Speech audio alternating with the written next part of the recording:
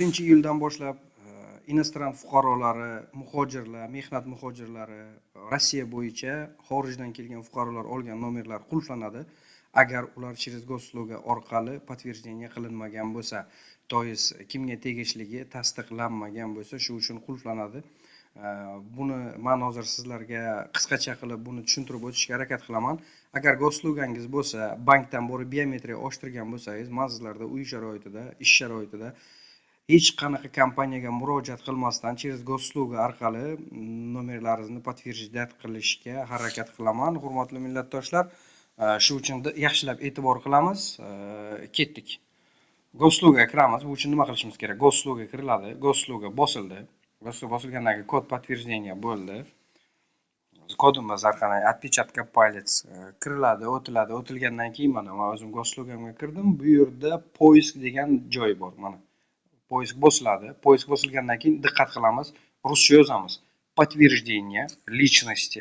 Подтверждение личности для заключения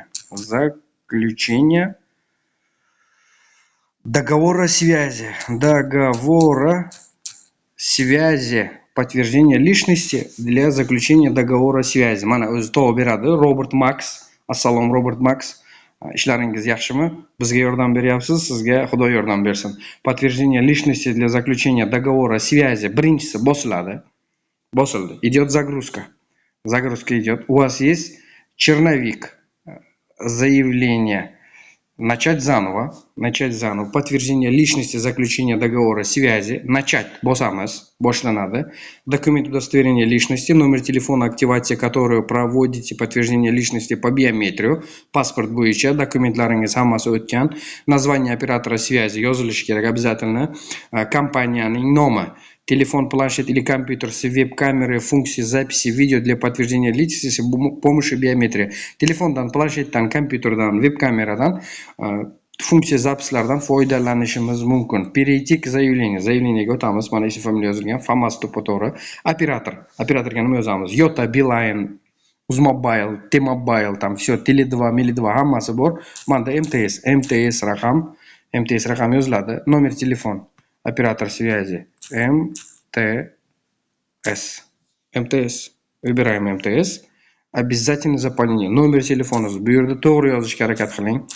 Xato qilmang. +7 bosib o'tirmaysiz. Prямо raqamni o'zini terasiz. 911 176 54. Mana, вот, все. Причина подтверждения личности. Не обязательно. Buni to'ldirib o'tirmaymiz. Shu bilan mana продолжить bosiladi. Продолжить bosilgandan keyin подтвердите версию предложения. Все, hammasi to'g'ri. Объявление предложения продолжить. Bosiladi. Bundan keyin подтверждение личности по биометрии нужно будет посмотреть в камеру и если понадобится произвести несколько слов, тогда личность будет подтверждена, вы вернетесь к заявлению. Подтвердить биометрию нужно в течение 15 минут. Если вы успеете, попробуйте снова. 15 minut vaqt beriladi. Mana bu rasm chiqqandan keyin shu 15 minut vaqt ichida siz o'zingizni rasmga olishingiz kerak. Rasmga olish qoidalari qanday? Qisqacha aytib o'taman. Rasmga olish qoidalari orqa tomoningizda, ya'ni fon bir xil rangda bo'lishi kerak. Yo oq, yo ko'k, yo yashil bir xil fonda bo'lishi kerak. Men hozir bu uchun ham fon tanlashga o'zim harakat qilaman. Mana hozir men ishdaman, просто eshik topildi. Eshik. Продолжить bosiladi. Bosamiz продолжитni. Bosdik. Agar kamera chiqsa, hozir zapis qilsa, uni ham ko'rsatib o'taman sizlarga. Agar bu yerda kamera bilan zapis olish mumkin bo'lsa, agar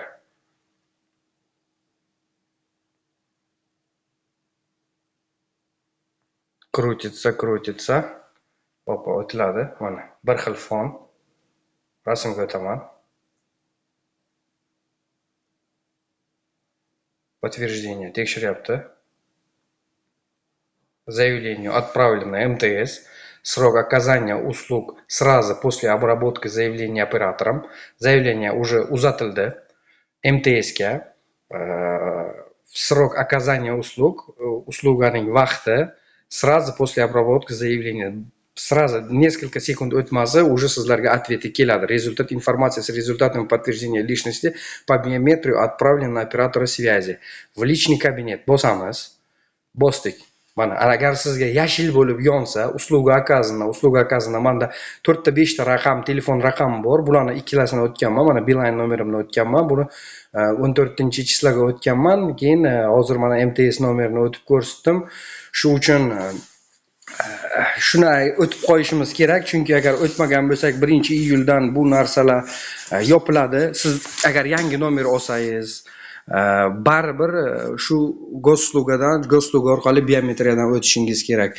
Rossiyaga kirib kelasiz, boshqa nomer olasiz, qanaqadir prичиналар bilan kompaniyani almashtirmoqchi bo'lasiz.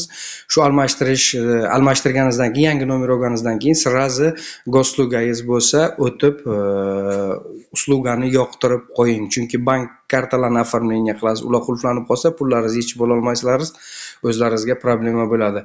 Kimgadir foydam tekkan bo'lsa, xursandman. Bitta like bilan podpiska sizlardan aylanib ketsin.